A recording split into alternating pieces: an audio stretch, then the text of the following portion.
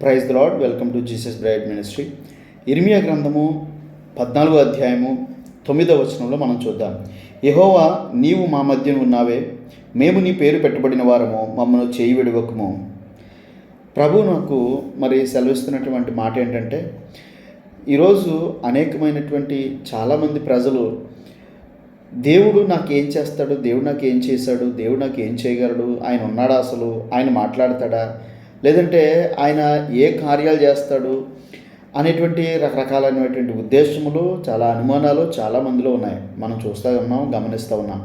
కానీ ఇక్కడ 14వ అధ్యాయంలో చూస్తే వారు చాలా భయంకరమైనటువంటి కరువు వారికి కలుగున్నప్పుడు వారు దేవుణ్ణి ఆశ్రయించి వారు అంటున్నారు, మేము నీ ప్రజలము, నీవు మా చేయి విడవద్దు అని వారు అడుగుతూ ఉన్నారు.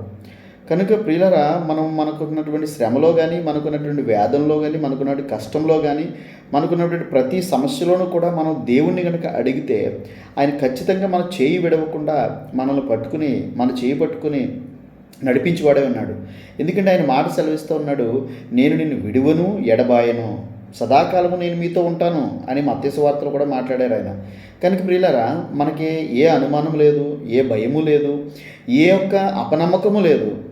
మనము ఎడతెగక ఆయన యందు నమ్మిక ఉంచి ఆయన వెంబడించిన ఎడల ఖచ్చితంగా దేవుడు మన ఎడల గొప్ప కార్యాలు చేసే దేవుడై ఉన్నాడు.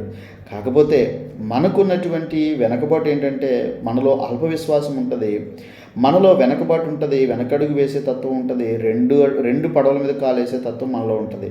కనుక ప్రియులారా, గమనించండి, మనం అటువంటి ఉద్దేశములు కానీ అటువంటి తలపులు కానీ ఉండకూడదు మనలో.